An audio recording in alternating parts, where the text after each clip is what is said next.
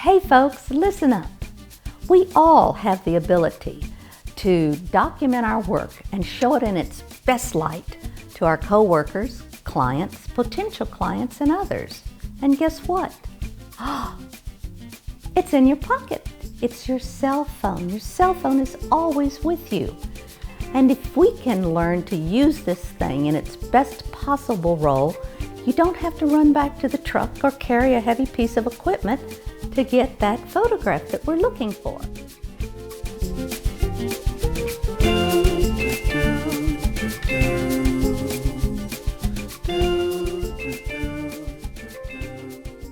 Okay, so listen up. Here's some advice from Eric Hankin, my friend from the Bajas Media Group, on how to take better cell phone photographs. So, you may have an Android or iPhone. We're going to talk about the features that are common to both. For the unique features of each phone, you can look them up on Google or YouTube. For the people that want to achieve that perfect still picture, there's also information on Google and YouTube where you can find ways to make that perfect picture. To begin, always make sure you have sufficient charge on your phone and maybe take a backup power source if you will be out in the field. Clean your lens with a soft cloth. Everyday dust and grime can build up. The first thing to think about is light. It's different for inside and outside. Let's consider outside first. If you're shooting in daylight, consider the direction the sunlight is coming from. You want the sun lighting your subject, not behind them. So if you want a person in front of a particular building, you may want to shoot at a particular time of day. You'll get better photos with morning or afternoon light because the sun is low. Go into settings and choose the highest possible resolution for your photos and videos. Choose 4K if it's available and 30 frames per second for video. Always use video settings and shoot with your phone in the horizontal or landscape position.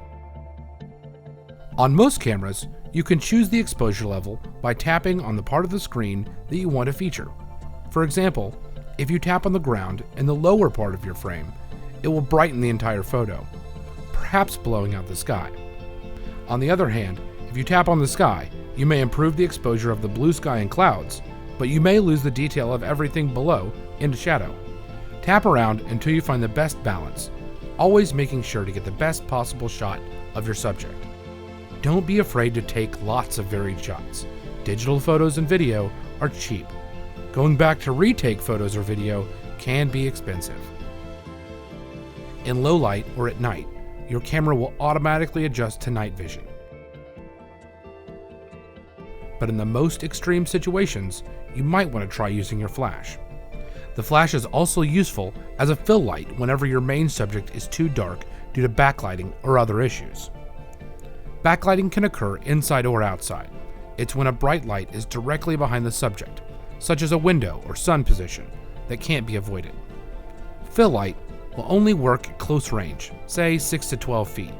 Any less and it will blow out your subject. Any farther and the flash just won't reach. For inside shots, try not to have that bright window behind your subject. You can experiment having the light come from one side, giving you a dramatic effect. As you rotate the location of the light to directly in front of the subject, it gives you a softer, often more flattering look. Adjust the room lighting as best you can.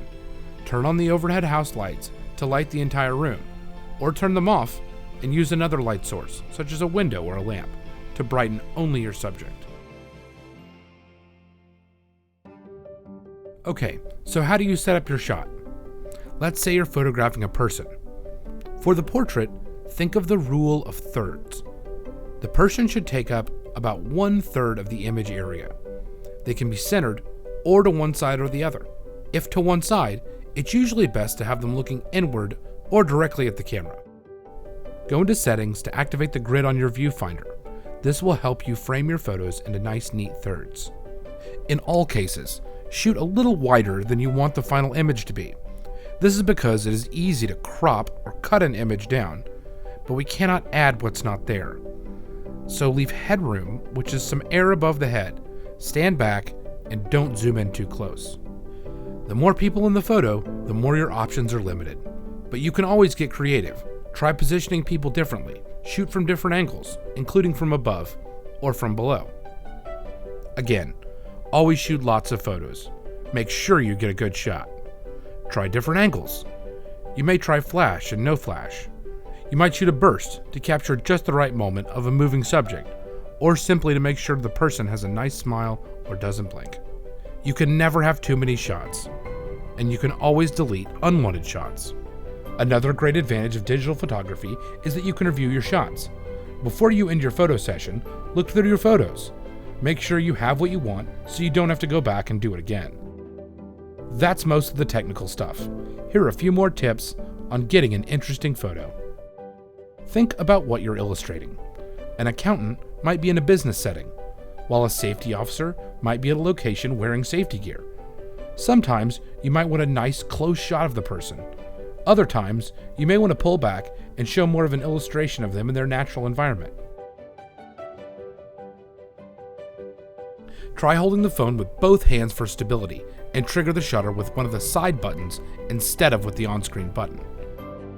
You might also experiment with the different lenses built into your camera for wide-angle and telephoto shots. Remember all the tips on lighting and framing your shot, but with video, you let it roll. Even if you just want a still shot of something, let it roll for 10 seconds. If you want to show the person in a setting, shoot a wide, establishing shot, then zoom in or cut to a close-up before the person starts talking. Don't cut your shots off too short. Always roll a little before they start talking. Then roll to a count of 5 after they finish. Also, encourage your subject to continue smiling and looking into the camera for a few seconds after they finish talking. Alpha Marketing and Bauhaus Media have the ability to modify all video and pics, so it's better to have more to work with. We will talk a little about how to get good sound on your videos. When someone is speaking, you will get the best audio from 3 to 4 feet away if you're getting sound from the microphone on your phone. Be aware of the sounds around you. Even wind can cause problems with your audio. If there is major noise like traffic or equipment, consider moving. There are remote mics that you can purchase that work well with your cell phone, either wired or wireless. If you want to take it to that level, we'd be happy to help. Well, that's it. Wasn't that easy? Now it's your turn. Get your camera, go out there, take the pictures and the videos of the work that you're doing, because this will document for our history and perhaps to sell the capability of the company and you to our next client, which means we all go to work. So, have fun. And gentlemen, that's a wrap.